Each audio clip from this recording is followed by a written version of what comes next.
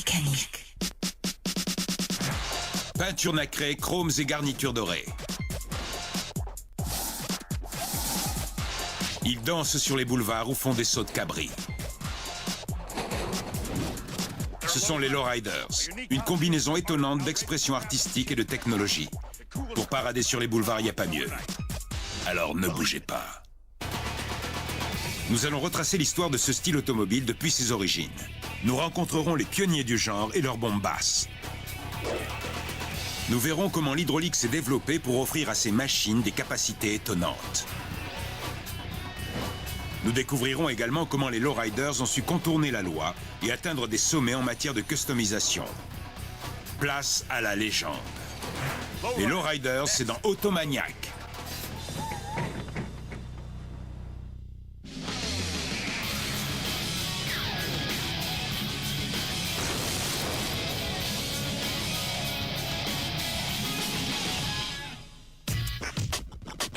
Les lowriders, un mouvement à part dans l'univers de l'automobile.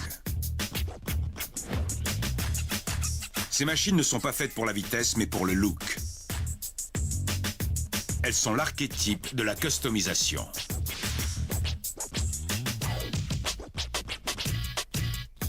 C'est après la Seconde Guerre mondiale, alors que la croissance atteint des records, que les customs deviennent à la mode.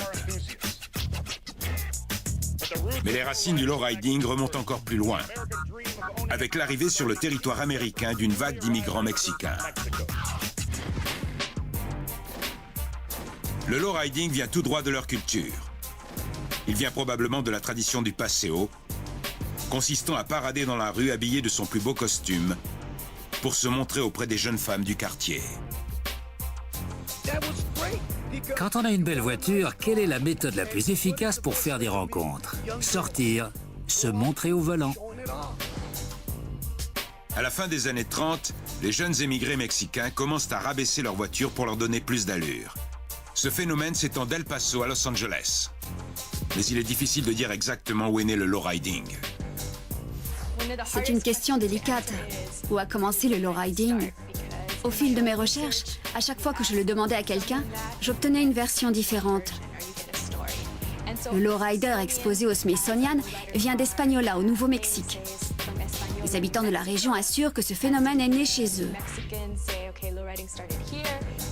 Mais quand vous interrogez des Californiens, ils jurent que c'est dans leur état que tout a commencé. Ces mêmes jeunes hommes portaient souvent des pantalons très amples, appelés zoot. Leurs cheveux étaient gominés en arrière et ils roulaient à bord de Chevrolet customisés et rabaissés. Très vite, on les surnomme les Pachucos. La plupart du temps, ils sont liés aux gangs. Un Pachuco, c'est un soldat. Il représentait son quartier. Son rôle était de le défendre. C'est très vite devenu un style de vie à part entière. Le chef se devait d'avoir une voiture. Il cherchait toujours à allonger ses lignes. L'ancêtre des lowriders, c'est la voiture de Pachuco en quelque sorte. J'en ai été moi-même dans les années 50. Quand j'étais jeune, je vivais dans ce quartier. Tout le secteur appartenait aux Zoots. C'était notre quartier. La 38e rue dans le sud de Los Angeles. C'est peut-être là qu'est né le lowriding. C'était un quartier difficile où les tensions raciales étaient monnaie courante.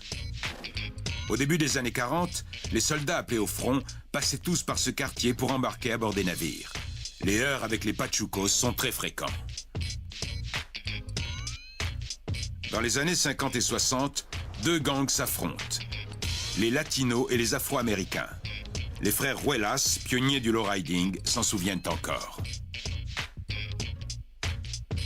À l'époque, le quartier appartenait plus ou moins au gang de la 38e rue. C'était pas un environnement très sain. Même aller à l'école, c'était pas sain. Les Latinos avaient leur gang et les Afro-Américains aussi. Quand il y avait de la bagarre, ça se passait pas trop mal. De ce temps-là, il n'y avait pas de règlement de compte à la Kalachnikov. Les problèmes se réglaient à coups de poing. On savait qu'on n'avait pas le droit d'aller du côté est et eux devaient éviter le côté ouest. Chacun chez soi, c'était comme ça. Les frères Ruelas préfèrent s'intéresser aux voitures qu'aux gangs. Ils grandissent avec l'explosion du phénomène de la customisation. George Barris, qui s'était spécialisé dans le style Pachuco, aura une grande influence sur eux. En 1952, il travaille sur un coupé Mercury. Il rabaisse le pavillon et le châssis. Il donne naissance à un nouveau courant, le lead sled. Du plomb était utilisé pour remodeler la carrosserie. Dans les barrios de Los Angeles, les quartiers à forte population émigrée mexicaine, il fait des émules. De nombreux jeunes transforment leurs voitures selon la méthode de George Barris. J'adorais les LED sled. Ça demandait pas mal de travail. Il fallait rabaisser la voiture, mais aussi fluidifier ses lignes. C'était très différent de tout ce qu'on pouvait voir à l'époque. D'un côté, il y avait les customs traditionnels, et de l'autre, ces voitures très basses. Les Pachucos ne recherchent pas la vitesse. Ce qui compte, c'est le style avant tout. Pour les hot rodders, les maîtres mots étaient vitesse et agressivité. Pour les lowriders, c'était raser le bitume avec classe. J'adore rouler avec ces voitures. Ce style bas et allongé, cette allure de gangster, c'est notre identité.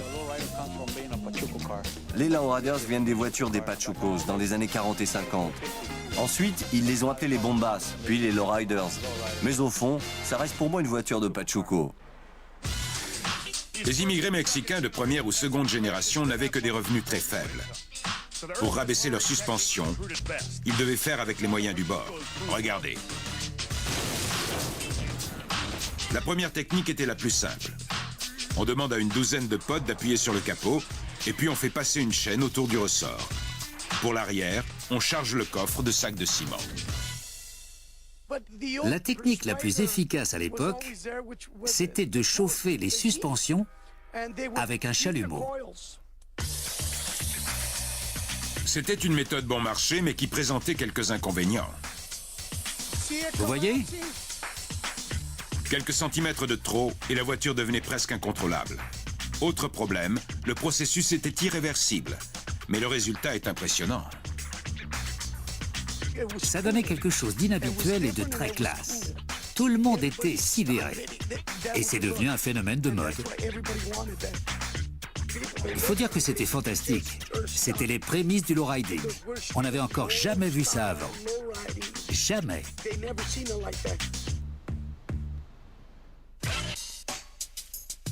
En 1962, les frères Ruelas fondent l'un des clubs de lowriders les plus célèbres, les Dukes. Quand j'ai créé ce club, il y avait mon grand frère, quelques potes du quartier, Ernie et moi. On s'est mis à faire nos propres customisations. On s'est même retrouvé dans un magazine, c'était le début de l'aventure. La popularité des Dukes n'en finit pas de croître. Beaucoup de jeunes hésitent entre rejoindre les rangs du club ou du gang de la 38e rue. Certains membres du gang voient cette concurrence d'un mauvais œil. Mais finalement, ils réalisent que les lowriders partagent des valeurs d'honneur et de respect similaires, et les tensions s'amenuisent.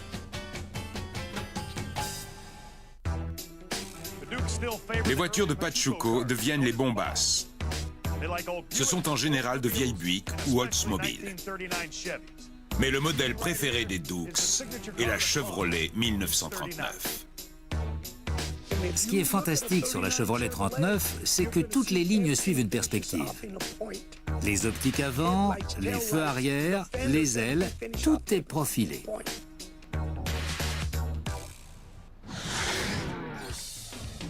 La plupart du temps, les Pachucos se procurent de vieilles voitures rouillées. La solution, passer de multiples couches de peinture pour cacher les défauts. Le résultat dépasse toutes les attentes. Une nouvelle mode naît. Tous les Pachucos suivent cette méthode, même si la carrosserie n'est pas rouillée. Ça donnait une impression de profondeur à la peinture. Il arrivait qu'on passe jusqu'à 50 couches successives. L'étape suivante consiste à monter de nouvelles jantes et à customiser l'intérieur. Tout y passe. Le revêtement des sièges, le capitonnage de l'habitacle. Un volant plus petit est installé. Là encore, c'est une modification qui entraîne quelques désagréments. Là encore, c'est une modification qui entraîne quelques désagréments. Faute de direction assistée, difficile de tourner les roues. Il valait mieux avoir de bons avant-bras. Sinon, impossible de tourner. Heureusement, les roues de plus faible diamètre compensaient ce défaut. Contrairement aux hot rodders qui cherchent à alléger au maximum leur machine, les lowriders n'hésitent pas à les surcharger d'accessoires chromés et volumineux. Une plaque métallique indique le nom du club auquel chacun est affilié.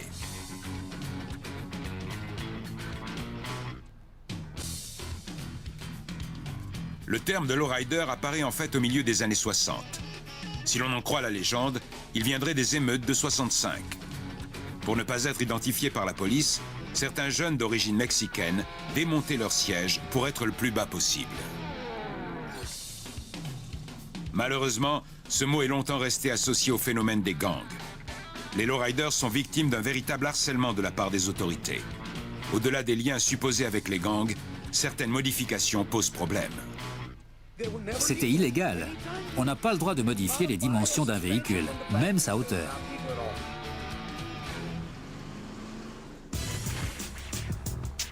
Les années 60 vont révolutionner le style. Il faut trouver un moyen de rabaisser sa voiture tout en respectant la loi. La solution est une avancée technologique majeure.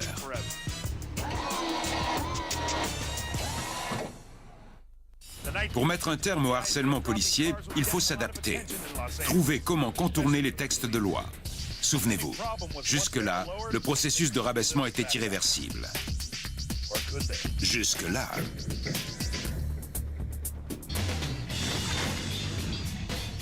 En septembre 1959, une loi est votée en Californie interdisant toute pièce située plus bas que la limite de la jante.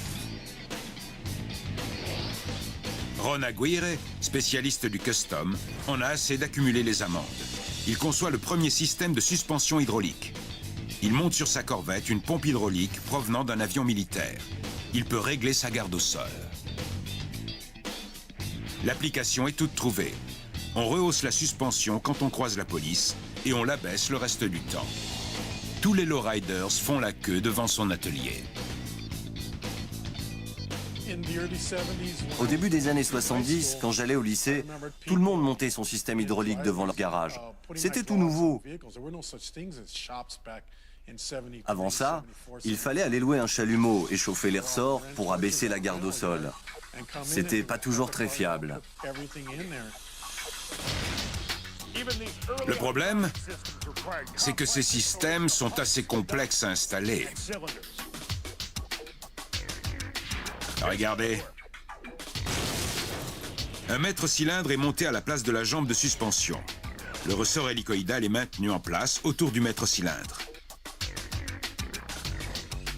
Dans le coffre, on installe un réservoir de fluide hydraulique relié à une pompe. Pour augmenter la garde au sol, la pompe force le liquide à entrer dans les mètres-cylindres. La pression est de plus de 600 bars. Il faut bien ça pour lever une voiture de 2 tonnes minimum. Le processus inverse permet d'abaisser la garde au sol.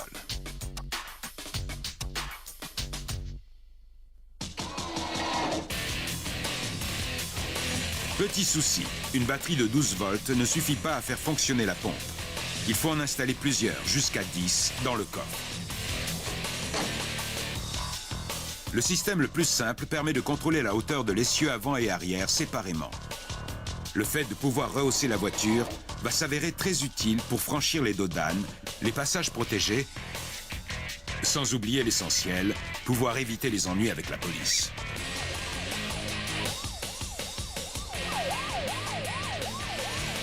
J'ai été verbalisé avec une Cadillac. Il a fallu que j'aille au poste de police à Los Angeles. J'ai demandé à un policier de venir mesurer ma garde au sol. Il a constaté que je n'avais pas enfreint la loi et mon PV a été annulé.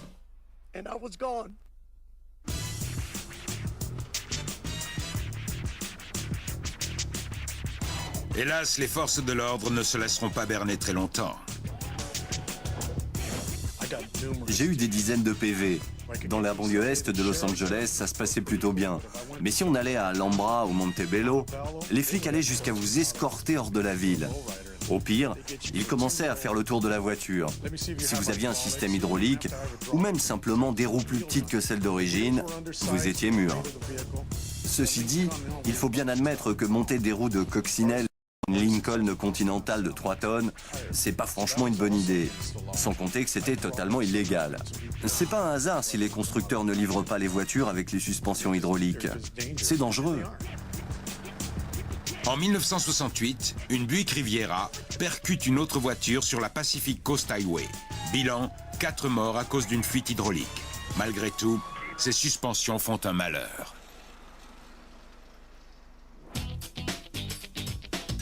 Vers la fin des années 70, Joe Ray, encore adolescent à l'époque, se promène sur Whittier Boulevard à Los Angeles.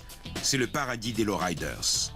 Quelques années plus tard, il deviendra président du Lifestyle Car Club et va à son tour révolutionner cet univers.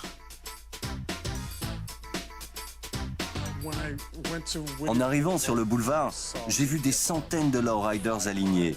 Ils étaient tous différents. Je me serais cru au paradis. Il y avait des bombasses, bien sûr, mais pas seulement. J'ai vu une Pontiac Grand Prix rose fuchsia. Des intérieurs en velours, des peintures à l'aérographe sur les carrosseries. Du délire. La base la plus populaire pour réaliser un lowrider est la Chevrolet Impala 60. On en trouvait à tous les coins de rue. Mais Joe veut faire quelque chose de différent. J'ai toujours adoré les lignes des Corvettes ou des Jaguars. Un jour, je suis tombé sur une Buick Riviera 71. C'était comme une Corvette en plus gros. Ces lignes étaient magnifiques. Mon père était fan de Buick. J'ai fini par m'en acheter une. C'est une véritable tuerie. Elle est entièrement peinte en noir, une merveille. Joe cherche comment repeindre sa Riviera. Il opte pour une finition candy, obtenue en alternant plusieurs couches de vernis pigmenté ou non sur une couleur de base. Je l'ai entièrement dépouillée et j'ai demandé à Gary Baca de me la faire couleur mandarine avec finition candy. C'était le meilleur peintre à l'époque et pour moi, il le restera toujours. Il est doué. Pour donner encore plus de profondeur, certains incluent de la peinture à paillettes ou divers motifs. C'est ensuite le frère de Gary Baca, Ben, qui se charge du reste du design. Le résultat, une machine phénoménale, la Dressed to Kill, habillée pour tuer. J'avais choisi un thème basé sur le cimetière. On voit un squelette sur le coffre en train de jouer du violon. C'était génial. On l'aurait cru sorti tout droit d'un album de Grateful Dead. J'étais pas très fan de leur musique, mais j'adorais leur pochette de disques. Au final, la voiture a été refaite 3 fois. Pour moi, c'était devenu une façon d'exprimer une forme d'art, un peu comme sur une toile. Dès 1979, la Dressed to Kill devient la vedette de Whittier Boulevard.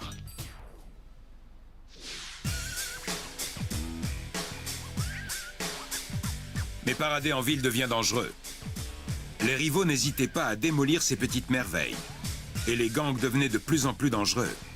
Ils considèrent les lowriders comme des intrus sur leur territoire. J'allais au lycée à Montebello. C'était de la folie pure. C'était l'époque où les armes à feu ont remplacé les poings. Ça entraînait tout le quartier dans une spirale infernale. Les flics étaient impuissants. Quelques individus ont suffi pour tout détruire. Vers la fin des années 70, la rivalité entre les gangs et les violences qu'elle entraîne conduisent les policiers à fermer le boulevard.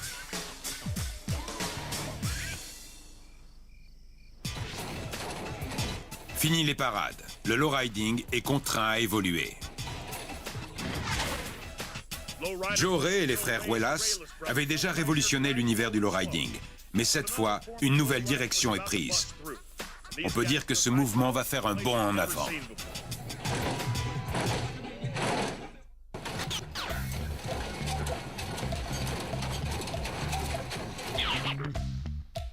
Les lowriders, privés de boulevard, se replient sur les parkings.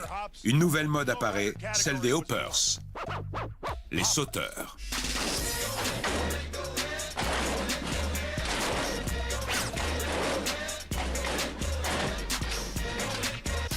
C'est des malades.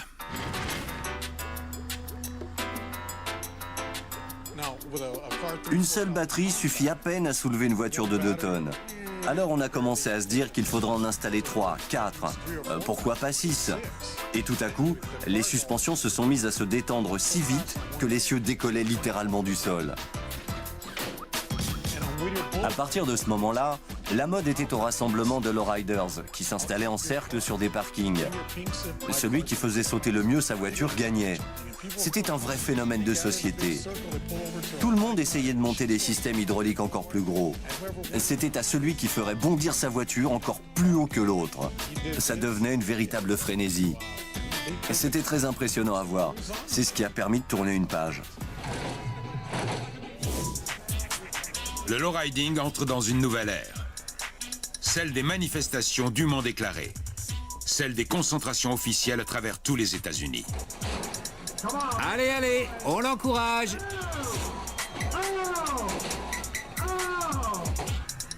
Les hoppers s'affrontent en différentes catégories. Les circuits hydrauliques à double pompe apparaissent. Ils produisent une pression suffisante pour faire sauter une voiture à plus de 2 mètres de haut.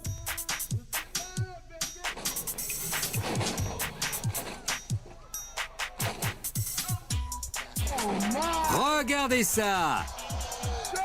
Incroyable! Avec ces compétitions, l'hydraulique devient une affaire de gros sous. Impossible pour le conducteur de rester à l'intérieur des voitures.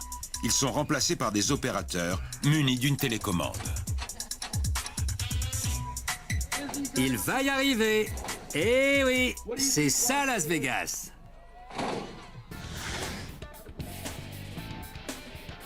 Reds Hydraulique s'impose très vite comme leader en la matière grâce à ses nombreuses innovations.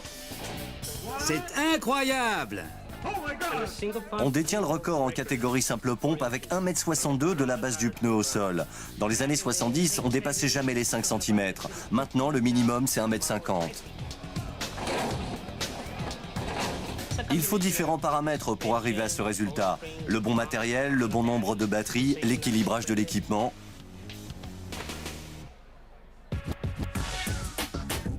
Efrain Lopez et Henri Villagrana de Reds Hydraulics ont repoussé à l'extrême les limites de la discipline. En 1988, ils font sensation en présentant leur Raidosaurus. Tout le monde était sidéré. C'était du jamais vu. L'équipe a vu grand, très grand. La suspension arrière a une détente tout simplement ahurissante. À l'origine, on a conçu cette voiture pour la faire se retourner complètement. La première fois qu'on l'a essayée, elle s'est effectivement retournée. Il a fallu tout refaire, le toit, les ailes, le coffre. Et c'était 4 jours seulement avant le début du championnat.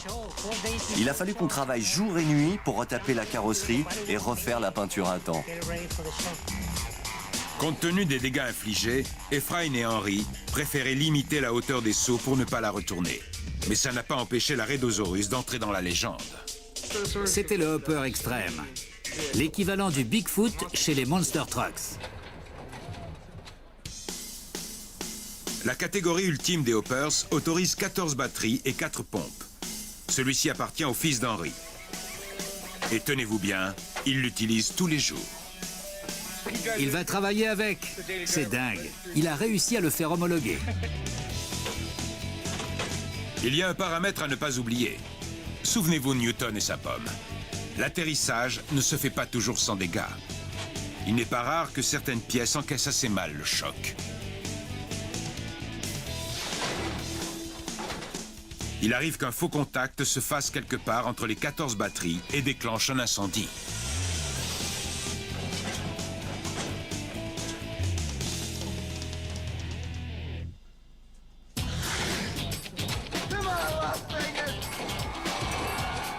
Au fil des compétitions, les figures deviennent de plus en plus complexes. Une autre discipline apparaît.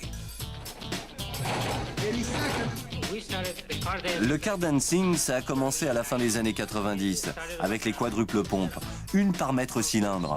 On contrôlait chaque roue séparément. Et voilà le mode vibreur.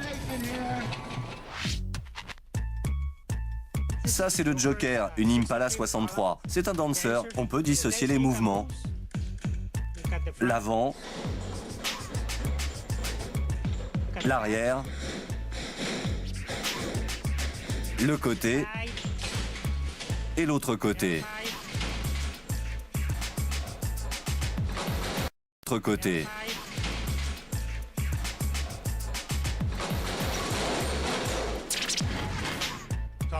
Pour faire un bon dancer, il faut de l'hydraulique à gogo, des suspensions renforcées et autant de batterie que possible. Regardez un peu.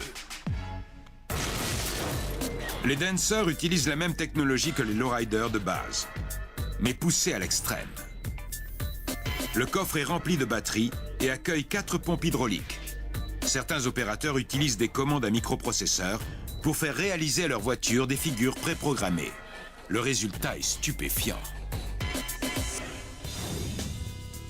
Efrain et Henry ont accepté de me prêter la commande de leur joker. Je vais déjà tenter de faire un petit pas de 2.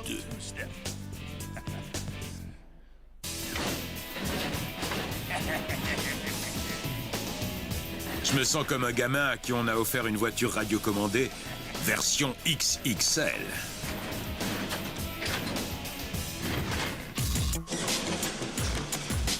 Le Joker révolutionne le car dancing.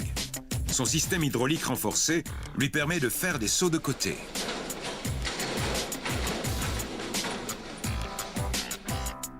Il est également muni d'un circuit d'air comprimé permettant d'accélérer la circulation du fluide. On a créé le meilleur dancer jamais produit. Il est beaucoup plus vif que les autres. On va beaucoup plus loin. On fait sauter l'avant à 1,50 m et l'arrière à 1,20 m alors que la plupart de nos concurrents s'arrêtent à 80 et 50 cm.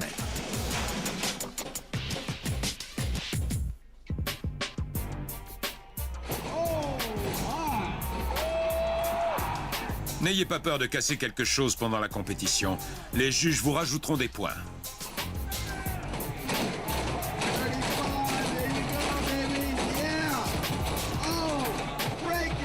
Et les réparations sont faciles à faire. Le plus souvent, c'est les ressorts hélicoïdaux ou les moyeux qui cassent. C'est pas compliqué à réparer, mais si la voiture est bien préparée, ça évite ce genre d'ennui. Aujourd'hui, un système hydraulique de base coûte autour de 3 000 $.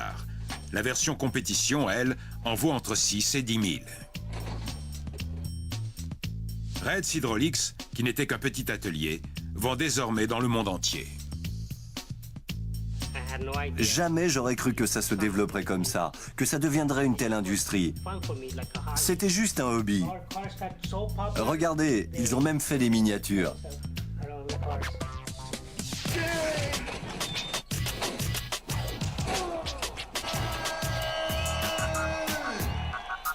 Après les hoppers et les dancers, les lowriders cherchaient d'autres exploits à réaliser. Ils ont alors décidé de revenir aux sources, le custom. Attention, on va faire dans le lourd. Pendant les années 80, les lowriders sont restés bannis des rues. Certains amateurs se sont alors retrouvés dans les salons. Cette fois, plus de risque de perdre un pare-choc. La compétition est beaucoup plus calme. Chacun laisse son art s'exprimer librement.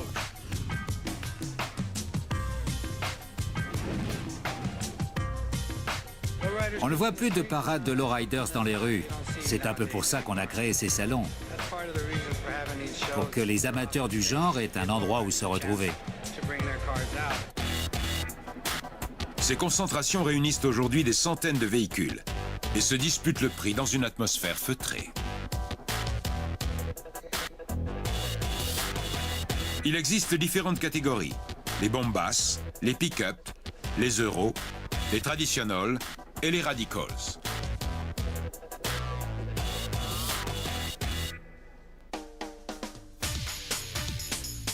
En 1995, Joe Ray se lance dans la course.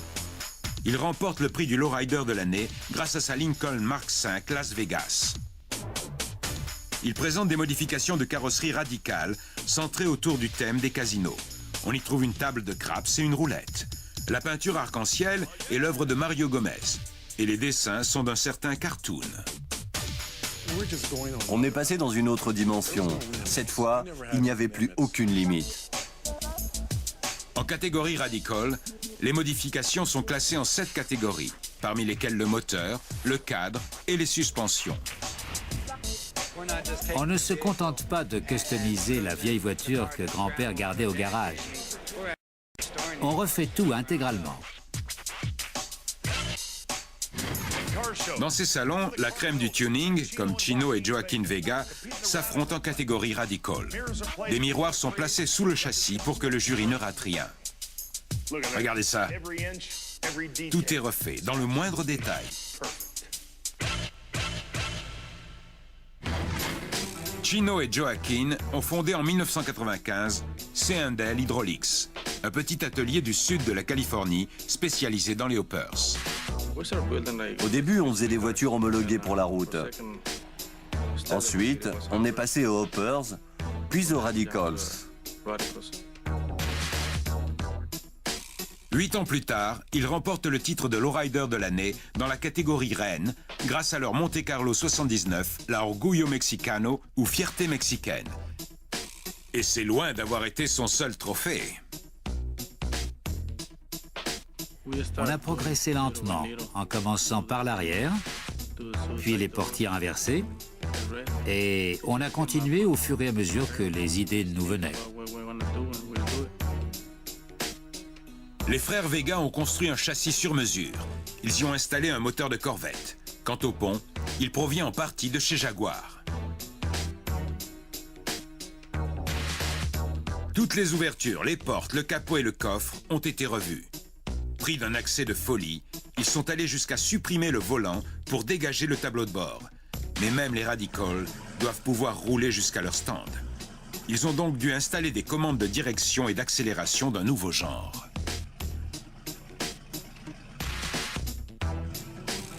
C'est la première voiture conçue avec une direction électronique pour remplacer le volant. À part les freins, tout est électronique. Un système hydraulique permet de soulever la carrosserie pour dévoiler le travail de gravure réalisé sur le cadre, sur la thématique aztèque. Sur l'Orgullo Mexicano, j'ai tout gravé dans les moindres détails. Le moteur, la transmission, les suspensions, le système hydraulique. Tout est basé sur des symboles aztèques. En général, les jurys se montrent toujours impressionnés. C'est sans doute la voiture la plus détaillée qu'on ait pu voir dans tous les salons de lowriders ces 2 dernières années. Les membres des jurys apprécient souvent ce côté authentique, le fait de rester fidèle au thème. Beaucoup de gens surnomment les Radicals Transformers. C'est vrai qu'on peut avoir l'impression en les regardant de voir un robot en pleine transformation. Bien évidemment, l'intérieur n'a pas été laissé pour compte. On a fait des sièges aztèques en forme de pyramide. Il est fait avec du velours et des paillettes pour donner un côté un peu plus clinquant. C'était un privilège de travailler sur cette voiture. Côté peinture, là encore, c'est un travail d'orfèvre. On commence par poncer entièrement la carrosserie pour la rendre parfaitement lisse. On passe une couche de peinture pour donner la teinte de base. On ajoute le vernis pailleté, ensuite on commence à peindre les motifs de différentes couleurs et on ajoute les couches de vernis supplémentaires pour obtenir l'effet candy. Le plus important, c'est la couche de vernis teinté. Si on s'y prend mal, on risque de se retrouver avec des zones plus sombres que d'autres.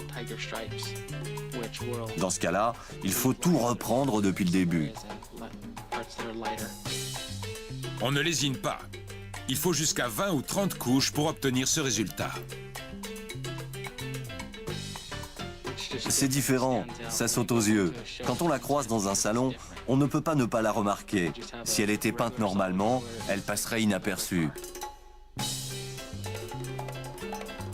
On trouve sur l'Orgullo, comme sur beaucoup de lowriders, des peintures représentant des femmes. On voit régulièrement l'équivalent mexicain de la Vierge Marie ou quelques jeunes femmes sexy. En fait, on retrouve beaucoup la dichotomie entre la Vierge et la catin, le bien et le mal. Ces peintures évoquent aussi bien le féminin sacré que le fantasme masculin. Dans la culture lowrider, on se dit que pour plaire à une jolie fille, il faut une belle voiture. D'ailleurs, il arrive souvent que des femmes jalousent ces voitures. Leurs maris disparaissent régulièrement pendant des heures, mais pas pour les tromper avec leur maîtresse, juste pour s'occuper de leur voiture.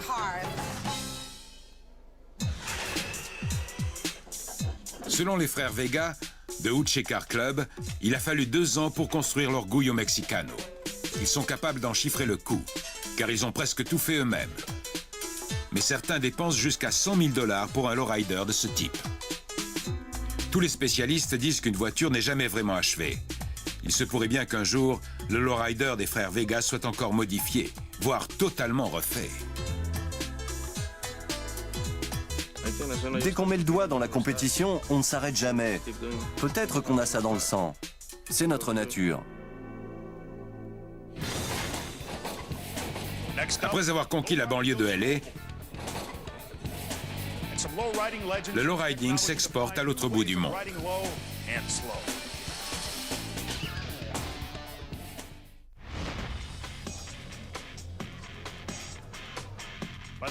À la fin des années 90, le mouvement gagne en ampleur. Une nouvelle catégorie fait son apparition dans les salons, celle des euros, basée sur des marques européennes. Le lowriding s'expatrie, mais un pays en particulier est touché.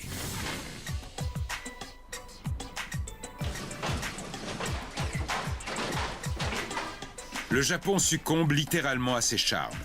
À Tokyo, quelques fanatiques copient non seulement les voitures, mais aussi la culture Chicano. Il suffit d'ouvrir un magazine de lowriding japonais et de regarder les photos. On croirait qu'elles ont été prises à Los Angeles.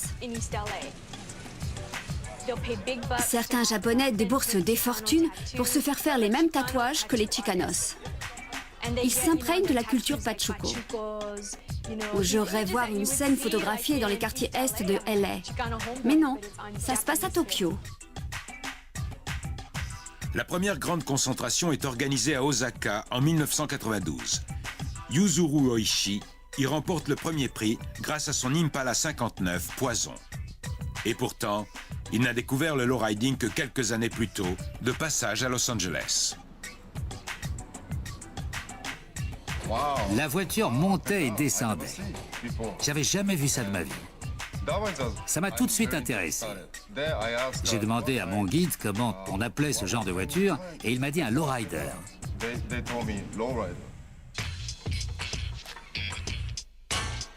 Yuzuru rejoint Joe Ray au sein du Lifestyle Car Club en 1994. Ensemble, ils réalisent aujourd'hui des lowriders de pointe, mais sans hydraulique. Leur arme secrète, l'air comprimé. Quand Yuzuru a débarqué, il a vu tous ces lowriders utilisant des systèmes hydrauliques. Et il s'est dit que c'était dommage de devoir utiliser autant de batteries pour les faire fonctionner et de risquer la fuite d'hydraulique. Pour lui, c'était dépassé. Alors il est venu me voir et il m'a dit « Tu sais Joe, j'ai une idée qui me trotte dans la tête. Si on utilisait des coussins gonflables, je remplacerais bien les maîtres cylindres par des gros airbags. Ce serait beaucoup plus simple. » Je savais qu'il était intelligent, mais à ce point, c'était brillant. Avec ce système, on peut rabaisser la voiture de 10 cm rien qu'en dégonflant les coussins, qui supportent 800 kg chacun.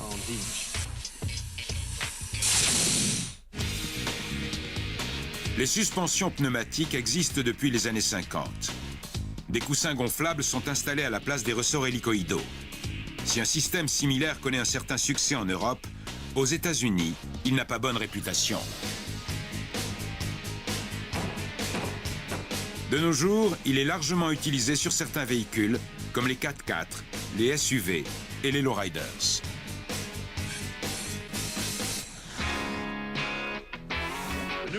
La Chrysler 300 a tout ce qu'il faut pour faire l'ultime lowrider. Elle fait fureur au Japon. Joe Ray et Yuzuru Oishi n'ont eu aucun mal à y installer leur suspension pneumatique. Voilà comment ils ont fait. Le système pneumatique est composé d'un compresseur à air, de bouteilles, de conduites, de coussins et de boutons de commande.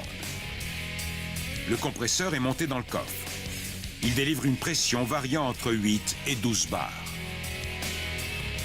Pour lever la voiture, l'air comprimé est acheminé dans les coussins, placé sur les jambes de suspension à l'avant et sur les bras à l'arrière. Universal Air fabrique ses propres coussins destinés aux lowriders à San Bernardino en Californie. L'installation à l'avant est simple. Il suffit de déposer la jambe et le ressort hélicoïdal. On retire l'amortisseur et la suspension et on monte le système pneumatique. On peut même conserver la jambe d'origine. Ça évite de dépenser de l'argent en plus. La jambe est simplement modifiée pour pouvoir accueillir le coussin. Par contre, inutile de changer les roues. Avec le système pneumatique, aucun risque de frottement. Je vais gonfler le coussin. Vous allez voir comment ça marche. Comme vous pouvez le remarquer, il ne gonfle pas comme un ballon. Il gagne en hauteur. Après avoir testé les 4 suspensions et les avoir reliées aux conduites, le compresseur est installé dans le coffre.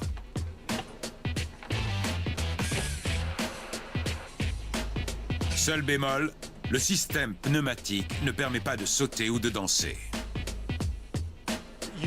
Vous pouvez surélever la voiture 1 ou 2 fois, mais après il faut attendre quelques minutes que les bouteilles se remplissent à nouveau. Si un autre gars arrive à côté de vous avec un système hydraulique, vous pourrez vous avouer vaincu.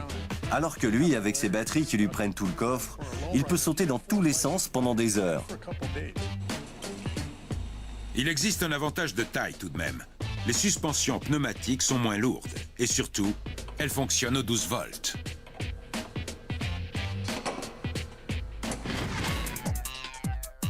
Il suffit de quelques dizaines d'heures pour les monter. Une pression sur un bouton et... C'est pas la classe? Dans le futur, les lowriders combineront certainement l'hydraulique et le pneumatique pour descendre plus bas et sauter plus haut.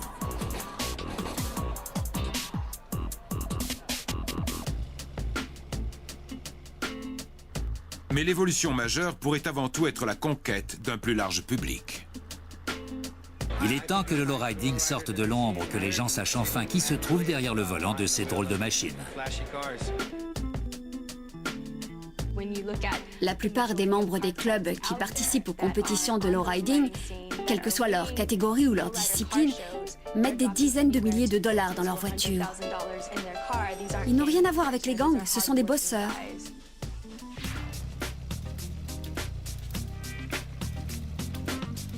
Tous les lowriders vous diront que leur passion vient tout droit de leur corazon, de leur cœur. C'est un véritable mode de vie pour nous. On y consacre tout notre temps. C'est une affaire d'honneur, de respect. C'est une histoire de code moral, chose qu'on a tendance à oublier dans notre société actuelle. Le lowriding est également une affaire de famille. Le virus se transmet de génération en génération. Les Dukes sont l'un des clubs les plus anciens. Fernando Ruelas a introduit son fils, Jason, à cet univers dès son plus jeune âge. Comme son père, il affectionne particulièrement les bombes basses. Le lowriding, c'est dans mes gènes. C'est un peu comme une seconde famille. Si je devais le refaire, je ne changerais rien du tout. Je suivrais le même chemin. Arriver à faire quelque chose d'une voiture destinée à la casse, il n'y a rien de plus gratifiant pour moi. Une histoire de famille ou une image de bad boy? Un peu les deux. On peut très bien s'orienter dans les deux directions. C'est vrai qu'on a toujours cette image négative liée aux gangs, mais avec l'évolution de cette discipline, on voit de plus en plus de familles réunies autour de cette passion. Le public est de plus en plus diversifié. Et je crois que c'est un véritable accomplissement pour la communauté du lowriding. Autant faut-il que la famille suive le mouvement. Joray le sait bien. En consacrant tout son temps à son club, il a vu ses proches s'éloigner. Je vais bientôt avoir 50 ans. J'y ai laissé des plumes dans cette affaire. J'ai perdu ma famille. Mais je sais ce que je dois faire de ma vie maintenant. Je sais que mon club représente tout pour moi. Je l'ai vu grandir. Je l'ai vu fluctuer. Je sais que c'est ma faute si j'en suis là aujourd'hui. Je sais que certains lowriders me considèrent comme une légende, mais je suis tout sauf ça. Je donne peut-être un exemple de ce que l'on peut faire. Je veux bien représenter un modèle ou une source d'inspiration, mais je ne suis pas une légende.